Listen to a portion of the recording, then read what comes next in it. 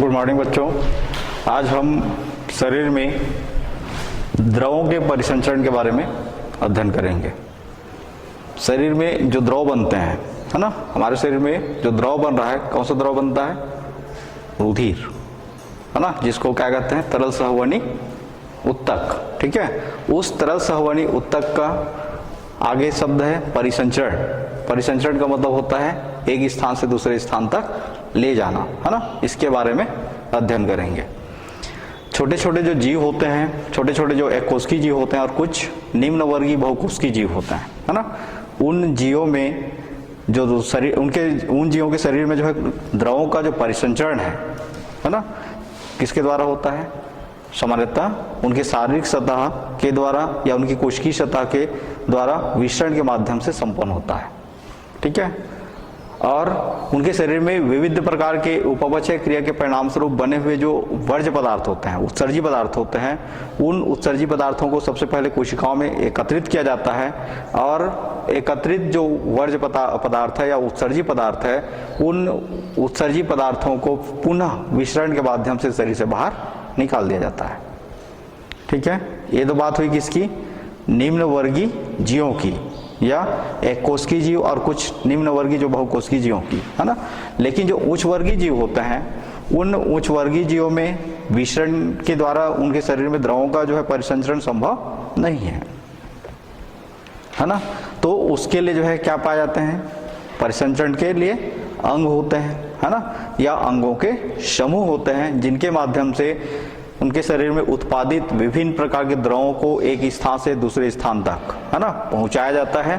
और साथ ही उनके शरीर में उपपचय क्रिया के दौरान बने हुए जो उत्सर्जी पदार्थ होते हैं, उन उत्सर्जी पदार्थों को एकत्रित करके उत्सर्जन तंत्र के माध्यम से, मतलब उसी द्रव के माध्यम से उत्सर्जी अंग तक पहुंचाया जाता है और उत्सर्जी अंग तक पहुंचाने के पश्चात उत्सर्जी अंग के द्वारा उस उत्सर्जी पदार्थों को शरीर से बाहर मुक्त कर दिया जाता है। ठीक है, जैसे हम भोजन तो कर लिए, है ना, भोजन कर लिया और भोजन का पाचन हो गया। पाचन हो गया कहाँ पर? पाचन कहाँ पूर्ण हो गया? छोटी आंत तक जाते तक जो है भोजन को पूर्ण रूप से पाचन हो गया।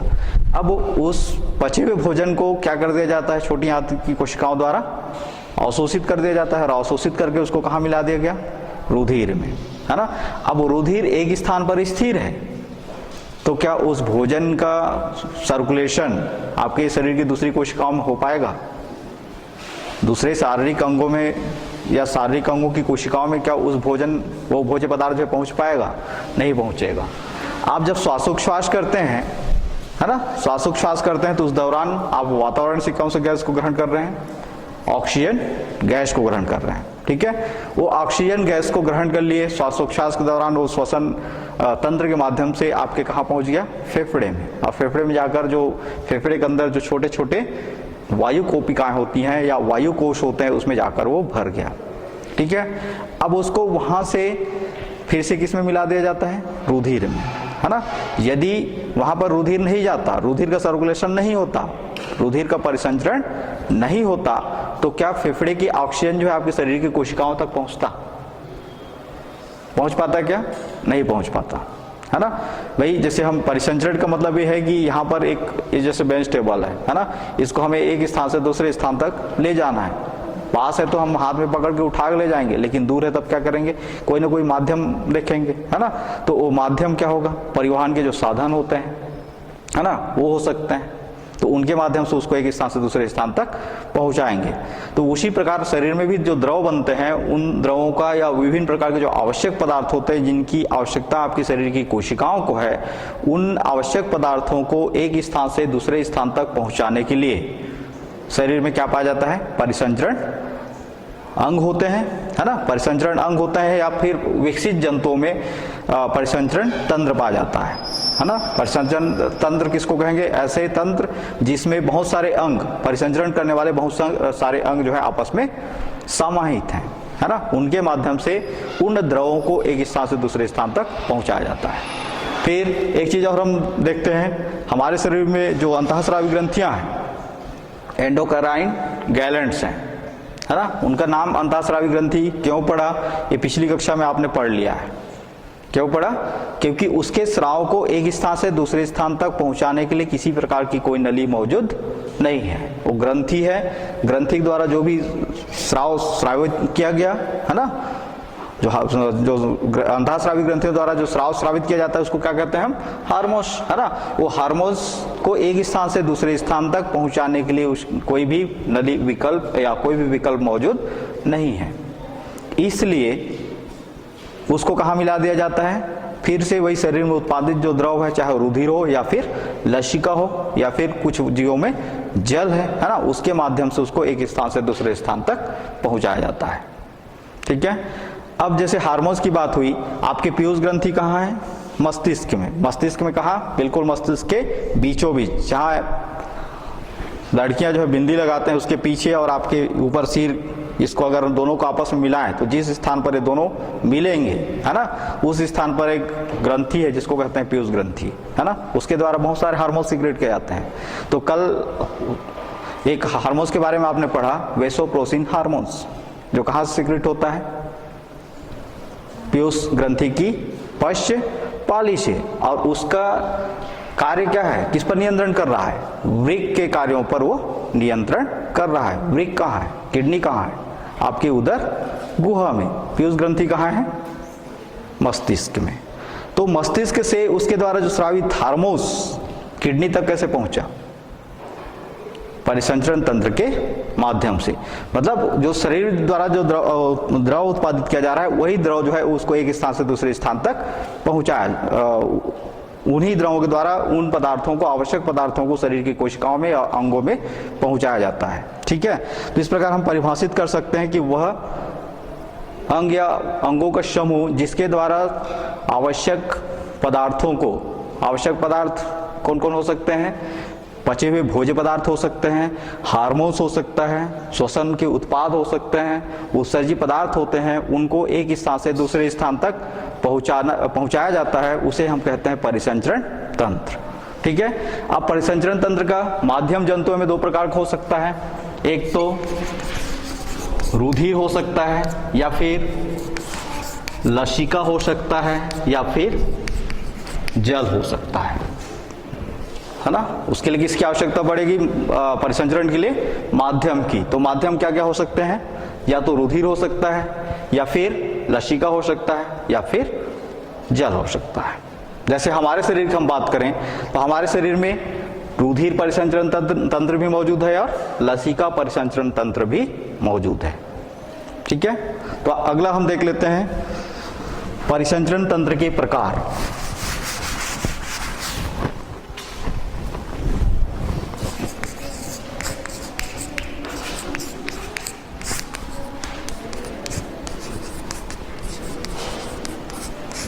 परिसंचरण तंत्र के प्रकार।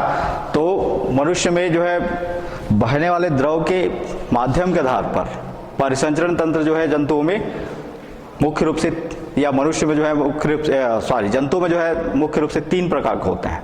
ठीक है। पहला जल परिसंचरण तंत्र, दूसरा रुधिर परिसंचरण तंत्र, और तीसरा लसिका परिसंचरण तंत्र। जीवों में मुख्य रूप से परिसंचरण तंत्र कितने प्रकार हो गए? तीन प्रकार के। क्या क्या? जल परिसंचरण तंत्र, रुधिर परिसंचरण तंत्र और लसिका परिसंचरण तंत्र। तो जल परिसंचरण तंत्र किसे कहेंगे? ऐसा परिसंचरण तंत्र जिसका माध्यम, है ना, जिसमें बहने वाले जो द्रव हो, द्रव जो है या जिसका जो माध्यम है, यदि वो जल हो तो क्या कहलाएगा?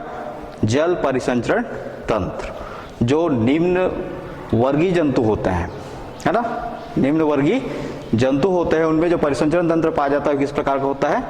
जल परिसंचरण तंत्र होता है। जैसे अमीबा हो गया, है ना, साइकान्स मतलब साइकान्स के अंतर्गत आने वाले जीव हो गए, है ना, सिलेंट्रेट्स हो गए। इनमें परिसंचरण का जो माध्यम होता है वो क्या है? जल है। इसलिए उनमें पाए जाने वाले उस परिसंचरण तंत्र को कहते हैं जल परिसंचरण तंत्र। दूसरा है रुधिर परिसंचरण तंत्र। तो वह परिसंचरण तंत्र जिसमें बहने वाले द्रव का जो माध्यम है वो क्या हो, रुधिर हो, मतलब रुधिर के माध्यम से आवश्यक पदार्थों को शरीर की विविध कोशिकाओं तक पहुंचाया जाता है, तो उस परिसंचरण तंत्र को हम क्या कहेंगे, रुधिर परिसंचरण तंत्र। एक इनमें पाया जाता है जो उच्च वर्गीय अकशेरुकी होते हैं, है ना, उच्च वर्गीय अकशेरुकी और जितने भी कार्डेट्स हैं उनमें जो परिसंचरण तंत्र पाया जाता है वो किस प्रकार का होता है, रुधिर परिसंचरण तंत्र होता है। तीसरा लसिका परिसंचरण तंत्र, है ना, तो वह परिसंचरण तंत्र जिसका माध्यम क्या हो, लसिका हो, ठीक है, उसे हम कहेंगे लसिका परिसंचरण तंत्र। ये भी उच्च वर्गीय जो कार्डेट्स होते हैं, है ना, उनमें पाया जाता है, और कुछ उच्च वर्गीय जो नॉन कार्डेट्स होते हैं या अकशेरुकी होते हैं उनमें भी ये होता है। जैसे मनुष्य में, हम मनुष्य की बात करें तो मनुष्य में ये दोनों परिसंचरण तंत्र पाए जाते हैं, रुधिर परिसंचरण तंत्र भी मौजूद है और दूसरा लसिका परिसंचरण तंत्र भी मौजूद है। अगला देखते हैं खुला और बंद परिसंचरण तंत्र।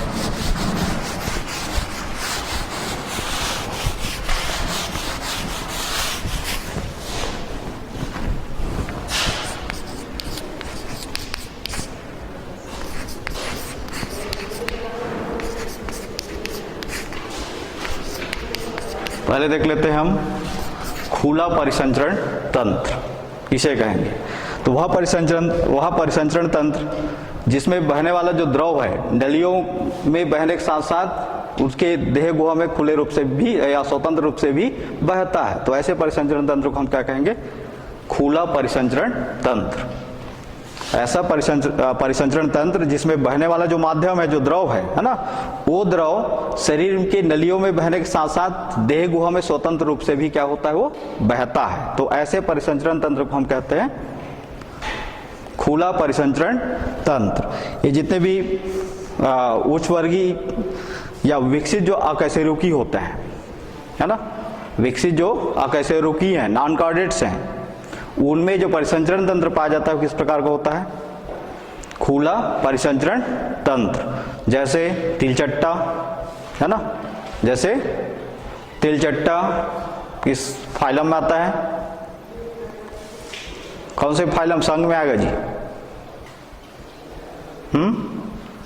आर्थ्रोपोडा, ठीक है। तो उसमें जो अधिकांश जो जीव हैं उस संघ के जीवों में जो है जो परिसंचरण तंत्र जो पाया जाता है वो किस प्रकार का होगा, खुला परिसंचरण तंत्र होगा। अर्थात इनमें जो नलियां तो होती हैं लेकिन नलियों के साथ साथ जो रुधिर, उसमें बहने वाला जो माध्यम होगा या जो रुधिर होगा, वो रुधिर पूरे उसके देह गुहा में खुले रूप से बहता है। तो इसमें खुला जो तिलचट्टे की यदि हम बात करें तो तिलचट्टे में जो है माध्यम होता है क्या, परिसंचरण तंत्र का माध्यम क्या होता है, रुधिर, है ना, और चूंकि ये कहाँ बह रहा है, देह गुहा में, ठीक है।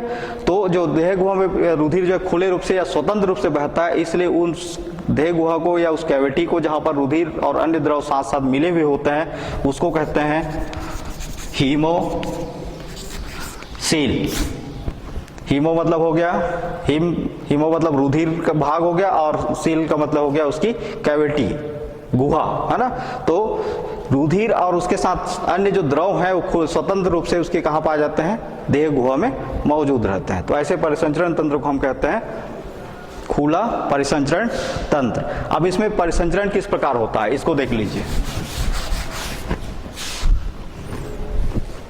परिसंचरण तंत्र के लिए प्रत्येक जीव में जो है एक विशिष्ट परिसंचरण अंग पाया जाता है, जैसे इसमें भी होता है।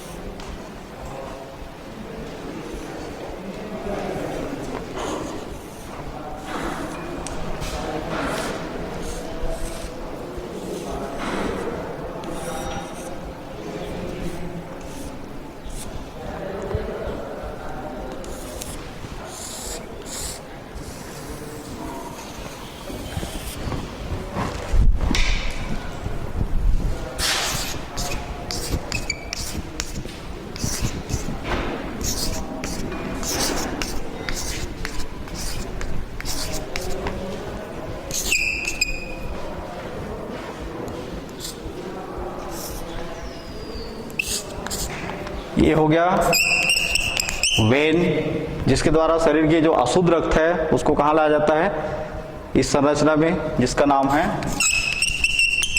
हार्ट या हृदय। ठीक है, मुख्य परिसंचरण अंग क्या हो गया, हृदय हो गया।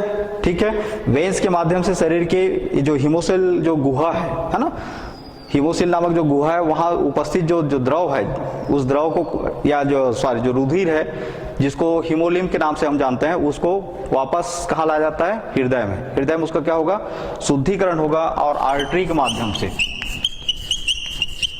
शरीर के विविध भागों में, अर्थात उसके फिर से हीमोसिल गुहा में उसको क्या किया जाता है, सर्कुलेट किया जाता है। ये क्लियर हो गया।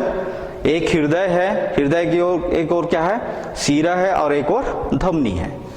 धमनियों में हमेशा कौन सा रक्त बहता है, शुद्ध रक्त, है ना, और सिराओं में अशुद्ध रक्त।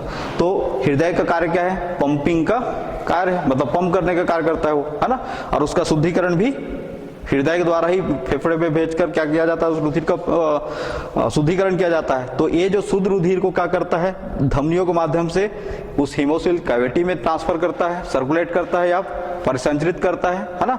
और फिर इस हीमोसिल कैविटी में जो हीमोलिम्फ जो अशुद्ध है या अशुद्ध रुधिर है, उस अशुद्ध रुधिर को पुनः वेन्स के माध्यम से कहाँ पहुंचा दिया जाता है, हृदय में पहुंचा दिया जाता है ना। यहाँ पर एक चीज और देख रहे हैं, यहाँ पर एक वाल्व है ना, इस तरफ वाल्व नहीं है। वाल्व इसलिए यहाँ पर है क्योंकि इसमें जो बहने वाला रुधिर क्या है, अशुद्ध है, यहाँ से कलेक्ट होगा और यहाँ पे प्रविष्ट होगा ऐसा। ठीक है, तो इसमें जो रुधिर है वो क्या है, अशुद्ध है। ये वाल्व क्या होगा, मात्र एक ही ओर खुलेगा। वाल्व जो किस ओर खुलेगा, मात्र एक ओर, किस ओर, हृदय की ओर। ये उल्टा इसका प्रवाह नहीं होगा। जब इसमें पंपिंग होगी, पंपिंग की जब इसमें क्रिया होगी, है ना, तो ये रुधिर, ये वाल्व जो है वापस इस तरफ कभी भी नहीं खुलेगा, बल्कि यहाँ पे भरा हुआ पूरा रुधिर जब पंप किया जाएगा या संकुचित जब होगा तो पूरा रुधिर किधर आ जाएगा, आर्टरी के माध्यम से या धमनियों के माध्यम से शरीर की कोशिका में आ जाएगा। तो ये हो गया खुला परिसंचरण तंत्र का चित्र। अब इसका हम रेखा चित्र देख लेते हैं।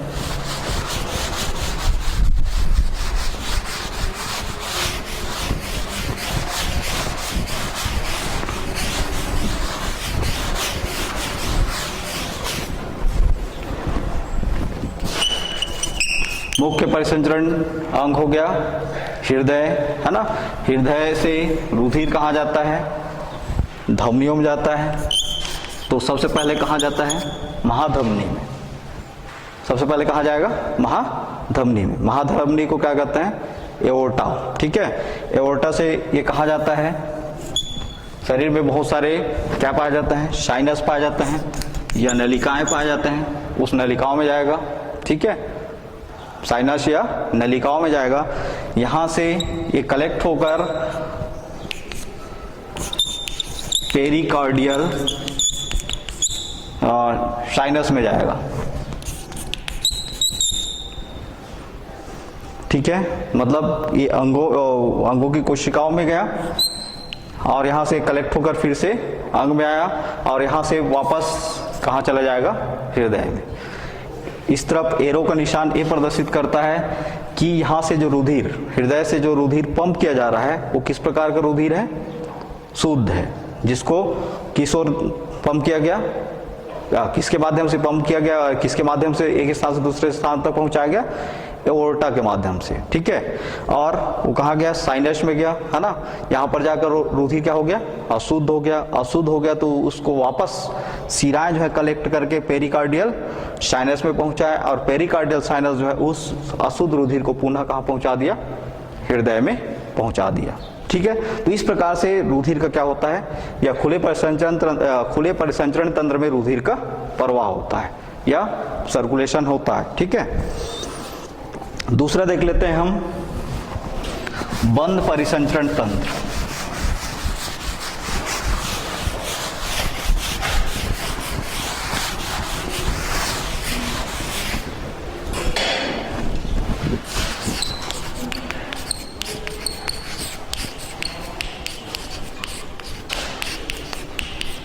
बंद परिसंचरण तंत्र जितने भी विकसित जंतु होते हैं, है ना, उन विकसित जंतुओं में जो परिसंचरण तंत्र पाया जाता है वो कहलाता है बंद परिसंचरण तंत्र, क्योंकि उसमें जो बहने वाला द्रव हमेशा बंद नलिकाओं में बहता है या नलियों में बहता है। ठीक है, विकसित जितने भी जंतु होते हैं उन विकसित जंतुओं में, खासकर जो कार्डेट्स हैं, है ना, और कुछ विकसित नॉन कार्डेट्स या फिर अकशेरुकी, है ना, इन जंतुओं में जो रुधिर का प्रवाह जो होता है हमेशा किसमें होता है, बंद नलियों में होता है। इस कारण उनमें पाए जाने वाले परिसंचरण तंत्र को कहते हैं बंद परिसंचरण तंत्र। ठीक है, चलिए इसको आप नोट कर लीजिए।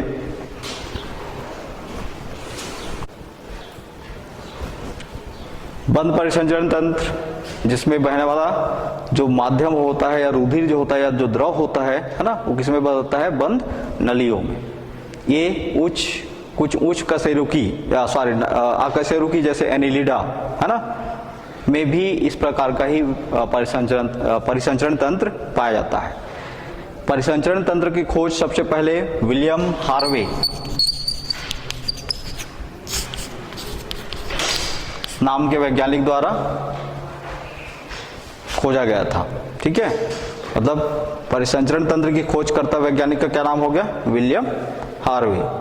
इनके द्वारा परिसंचरण तंत्र का सबसे पहले पता लगाया गया था। ठीक है, अब जो परिसंचरण तंत्र है चूंकि बंद वाहिनियों में बहता है ना, तो बंद वाहिनियों में बहता है, कहाँ कहाँ बहता है ये देख लेते हैं हम। सबसे पहले हृदय में या हार्ट में जो रुधिर होता है ना, हृदय में जो रुधिर होता है उस रुधिर को कहाँ पहुंचाया जाता है, महाधमनियों में।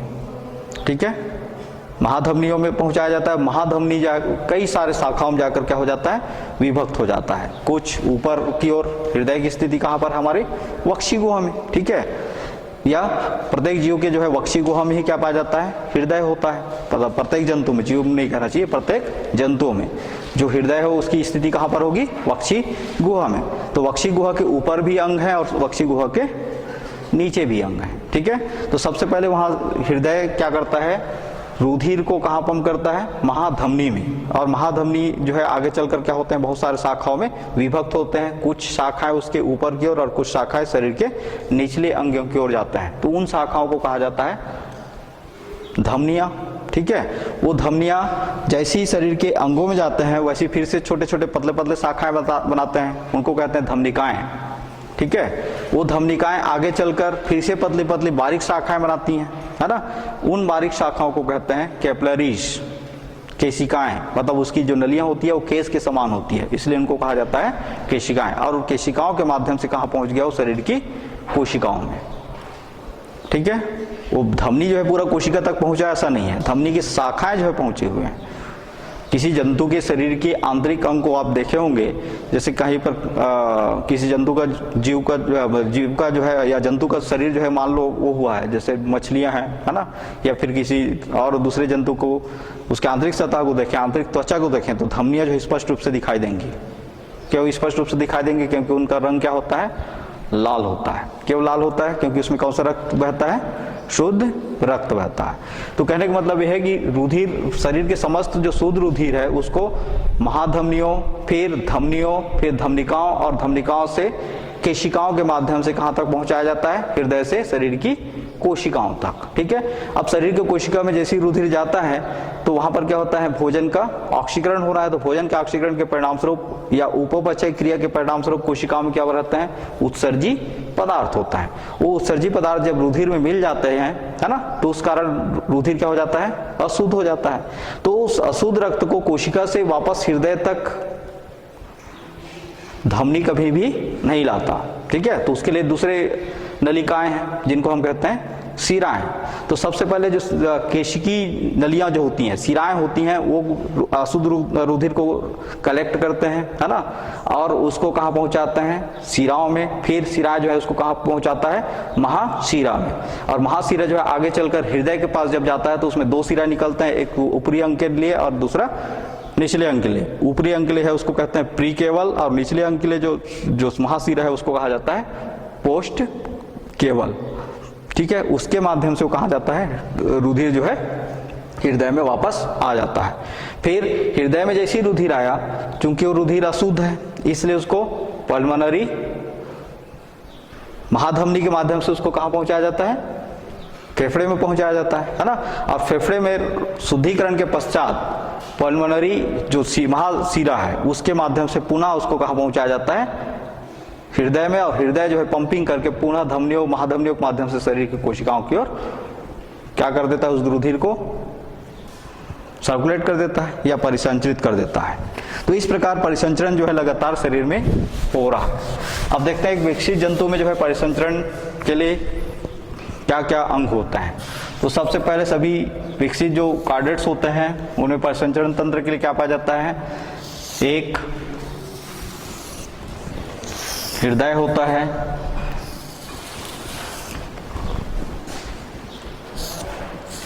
ये हो गया हार्ट या हृदय। ये हृदय से आगे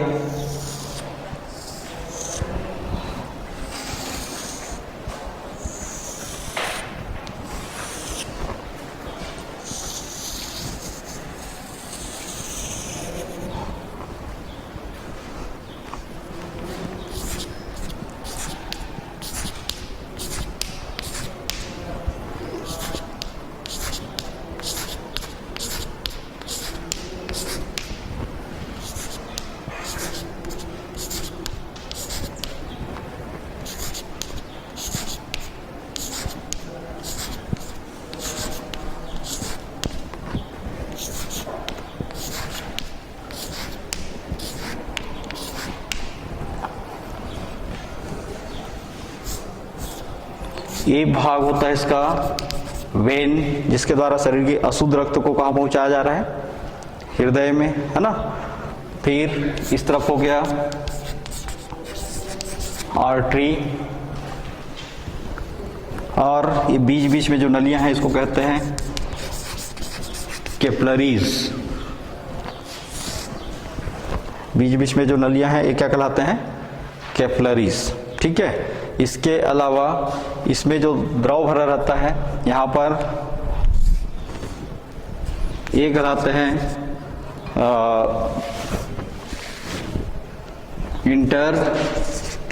इंटरस्टिशियल फ्लूइड।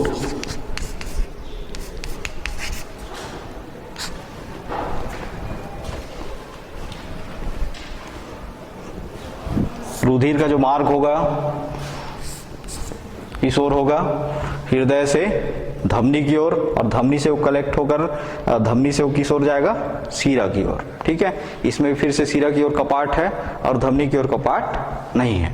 तो ये कपाट या जो वाल्व होता है ये मात्र एक ही ओर खुलेगा, है ना। इसका मुख्य जो है किस ओर खुलेगा, मात्र हृदय की ओर ही खुलेगा, वापस कभी भी नहीं खुलेगा। अब यहाँ पर देख रहे हैं ये जो द्रव है, ये द्रव क्या इसके शरीर के अंग में, शरीर के आंतरिक सतहों पर या कोशिका के आंतरिक सतह पर उपस्थित अंगों में जो है खुले रूप से स्वतंत्र रूप से बह रहा है, बह रहा है क्या, नहीं। ये पूरा बंद नली है ना। उस बंद नली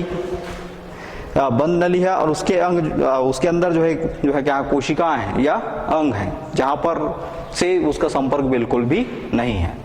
इसलिए इसको क्या कहते हैं, बंद परिसंचरण तंत्र कहते हैं, ठीक है। बंद नलियों में बह रहा है इसलिए क्या कहलाता है, बंद परिसंचरण तंत्र कहलाता है। अब इसका हम रेखा चित्र को देख लें।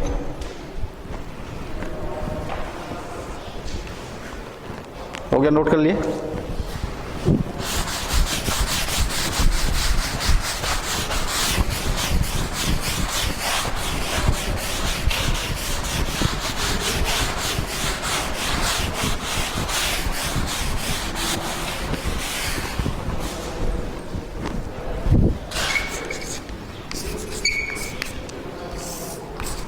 रुधिर जो है हृदय से सबसे पहले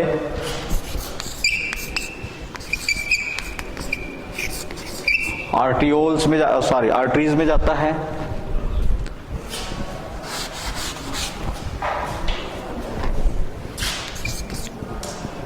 किसके माध्यम से, एओर्टा के माध्यम से। सबसे पहले हृदय से क्या आएगा, एओर्टा, एओर्टा से आर्टरी, आर्टरी से मतलब आर्टरीज, आर्टरीज का मतलब हो गया बहुत सारे उसके शाखाएं क्या होंगे, विभक्त हो गए। तो रुधिर जो है महाधमनी से कहाँ गया, चला गया, धमनी में चला गया। धमनी से आगे कहाँ जाता है, शरीर के अंदर बहुत सारे क्या पाए जाते हैं, छोटी छोटी नलियां रहते हैं। इन नलियों को कहते हैं कैपिलरीज।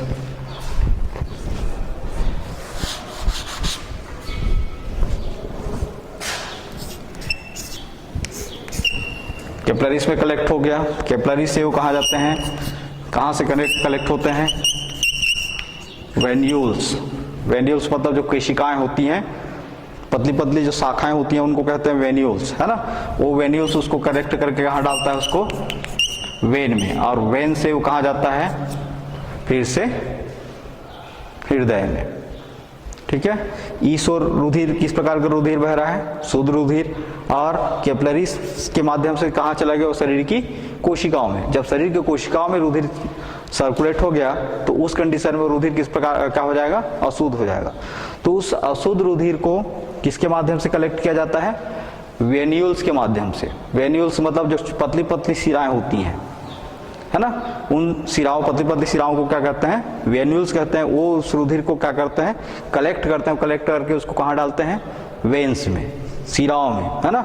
और शिराएं जो है उसको कहाँ डालेगा, महाशिरा में, और महाशिरा के माध्यम से कहाँ पहुंचेगा, वापस वो हृदय में।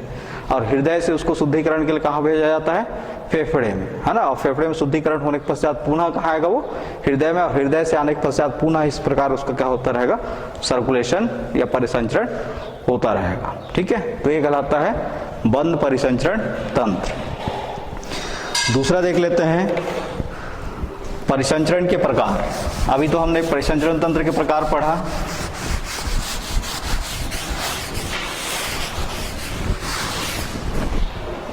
दूसरा देख लेते हैं परिसंचरण के प्रकार। जीवों में परिसंचरण जो है मुख्य रूप से दो प्रकार का होता है ना। एक तो अंतरकोशिकीय परिसंचरण,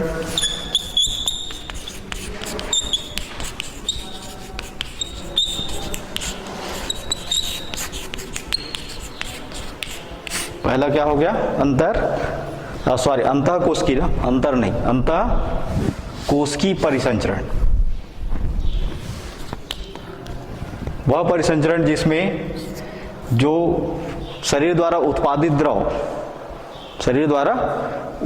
जो द्रव है वो न बहकर उसमें जो जल या फिर अन्य जो पदार्थ होते हैं वो कोशिका के अंदर ही क्या होते हैं, बहते हैं। ठीक है। ऐसा परिसंचरण जिसमें शरीर द्वारा जो उत्पादित द्रव है वो कोशिका के अंदर ही बहता है सीधे से। ठीक है। उस परिसंचरण को हम क्या कहेंगे, अंतःकोशिकीय परिसंचरण कहेंगे। जैसे हमें मालूम है एक अमीबा है जो कितने कोशिकाओं का बना हुआ है, एक कोशिका का बना हुआ है। ठीक है। जिसके अंदर एक क्या है, केंद्रक है, और इसके अंदर भरा रहता है कोशिका द्रव्य भरा रहता है ना। ये क्या है, उसके शीडोपोडिया, जिसमें कुछ कुंचनशील धानियां पाई जाती हैं। तो यहाँ पर जो द्रव है इसको बहना है ना, एक स्थान से दूसरे स्थान तक जाना है। जैसे यहाँ पर जो द्रव है उस द्रव को यहाँ तक जाना है तो एक ही कोशिका में बह रहा है ना। इसलिए इस प्रकार के परिसंचरण तंत्र को हम क्या कहेंगे, परिसंचरण को हम क्या कहेंगे, अंतःकोशिकीय परिसंचरण। अर्थात ऐसा परिसंचरण जिसमें जो शरीर द्वारा उत्पादित द्रव हो या फिर अन्य जो आवश्यक पदार्थ हो एक कोशिका के अंदर ही क्या होते हैं, परिसंचरित होते हैं, है ना। उस परिसंचरण तंत्र को कहते हैं अंतःकोशिकीय परिसंचरण। दूसरा देख लेते हैं बाह्य कोशिकीय परिसंचरण।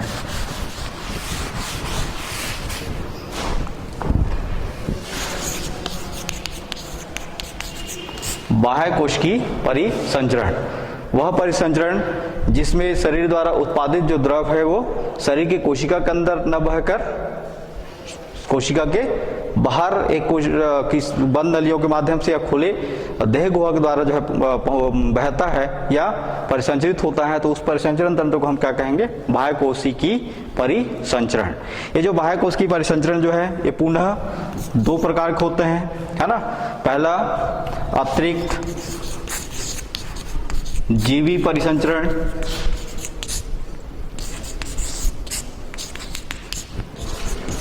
अतिरिक्त जीवी परिसंचरण। अतिरिक्त जीवी परिसंचरण किस प्रकार के परिसंचरण तंत्र को कहेंगे? ऐसा परिसंचरण तंत्र या ऐसा परिसंचरण जिसमें शरीर द्वारा उत्पादित द्रव, जो भी शरीर द्वारा उत्पादित जो द्रव उत्पादन किया जा रहा है वो द्रव न बहकर आवश्यक जो पदार्थ होते हैं वो जल के माध्यम से शरीर की कोशिकाओं में या शरीर जल के माध्यम जो है विस्तृत होकर कहाँ पहुंचते हैं? शरीर की विविध कोशिकाओं में पहुंचते हैं। तो उस प्रकार के परिसंचरण तंत्र को हम क्या कहेंगे? अतिरिक्त जीवी परिसंचरण। जैसे आपको मालूम है सायकन के बारे में, ठीक है? सायकन का शरीर क्या होता है? छिद्रित होता है, उसमें छोटे छोटे पोर होते हैं जिसको क्या कहा जाता है? ऑस्टिया कहा जाता है। और उसमें जो बड़ा छिद्र होता है या बड़ा जो पोर होता है उसको कहते हैं ऑस्कुलम।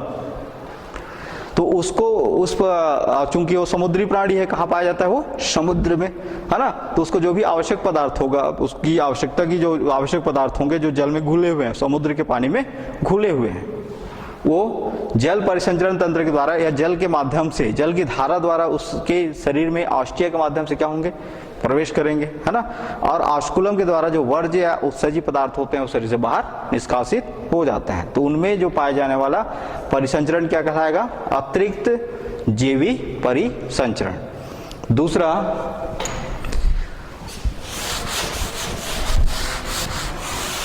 इसका दूसरा प्रकार है अंतरा जीवी परिसंचरण। वह परिसंचरण जिसमें शरीर द्वारा उत्पादित द्रव जो है बंद नलियों के माध्यम से एक स्थान से दूसरे स्थान तक पहुंचाया जाता है, उस प्रकार के परिसंचरण तंत्र को क्या कहते हैं? अंतराजीवी परिसंचरण कहते हैं, है ना? चूंकि ये विकसित जंतुओं में होता है, विकसित नॉन कार्डेट्स में और जितने भी कार्डेट्स हैं उनमें। ये पुनः जो है 4 प्रकार के होते हैं। अंतराजीवी परिसंचरण जो है पुनः कितने प्रकार के होते हैं? 4 प्रकार के। पहला, मृदु उत्तकी परिसंचरण। मृदु उत्तकी परिसंचरण, इसका मतलब क्या है ना? जो प्लेटीहेल्मिन्थेस, जिसको हम क्या कहते हैं? चपटे कृमि। उस चपटे कृमि में देह गुहा नहीं पाया जाता, है ना? फ्लैट वार्म है, उसमें क्या नहीं पाया जाता? देह गुहा, हिमोसिल कैविटी नहीं होता, ठीक है? तो उसमें जब देह गुहा नहीं होता तो देह गुहा के बीच में क्या पाया जाता है? आहार नाल। तो आहार नाल में खुला जो मृदु तक पाया जाता है, उसी पर जो द्रव जो होता है वो क्या होता है? बहता है। तो उस प्रकार के जो परिसंचरण होगा उस परिसंचरण को हम क्या कहेंगे? मृदु तक की परिसंचरण, ठीक है? दूसरा है देहगुही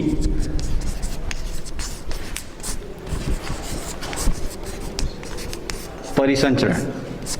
देहगुही परिसंचरण ऐसा परिसंचरण जिसमें बहने वाला जो रुधिर है या माध्यम है ना, वो किस में बहता है? स्वतंत्र रूप से उसकी शरीर की गुहा में बहता है ना? शारीरिक गुहा में बहता है, तो उसको क्या कहेंगे? देहगुही परिसंचरण। जैसे एस्के हेल्मेंथिस। एस्के हेल्मेंथिस के अंतर्गत कौन कौन से जीव आते हैं?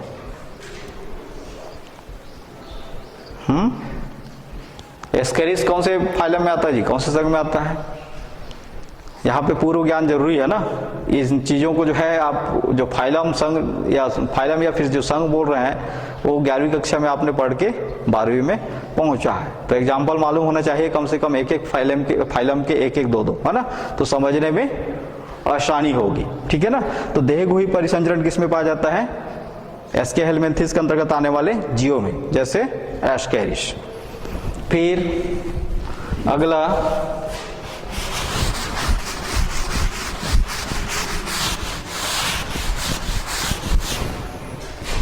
इसका सी देख लेते हैं, रुधिर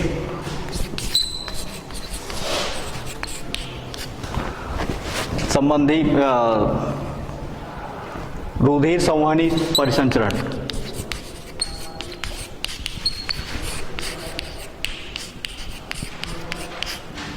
जितने भी उच्च कशेरुकी होता है, उच्च नॉन कशेरुकी है, जैसे एनिलिड्स, है ना? और जितने भी कशेरुकी होते हैं, जितने भी कार्डेटा के अंतर्गत आने वाले जीव होते हैं, जंतु होते हैं, है ना, उस समस्त जंतु में जो रुधिर जो है, रुधिर का माध्यम क्या होता है, रुधिर, और उसी रुधिर के माध्यम से पूरे भोज्य पदार्थों को, आवश्यक भोज्य पदार्थों को शरीर की विविध कोशिकाओं तक पहुंचाया जाता है ना।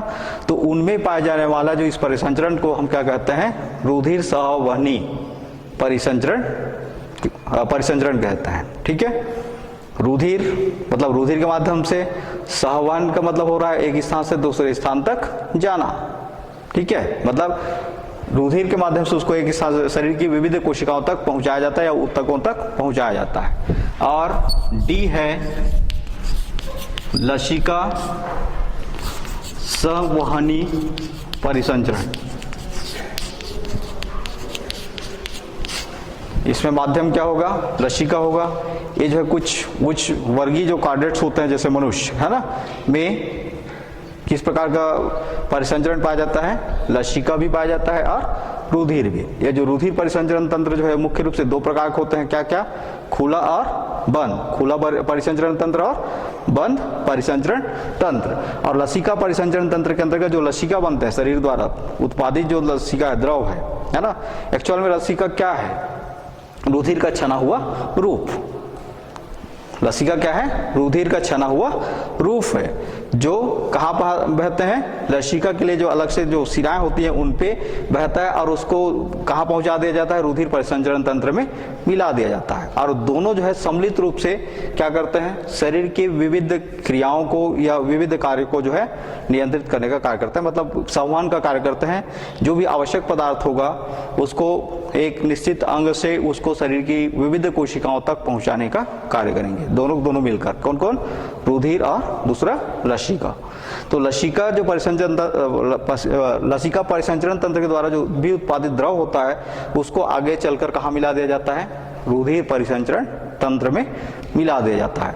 और उसी के माध्यम से शरीर के विविध भागों में उस रुधिर का क्या करते हैं, सर्कुलेशन करते हैं या स्थानांतरण करते हैं। ठीक है, अब हम देखते हैं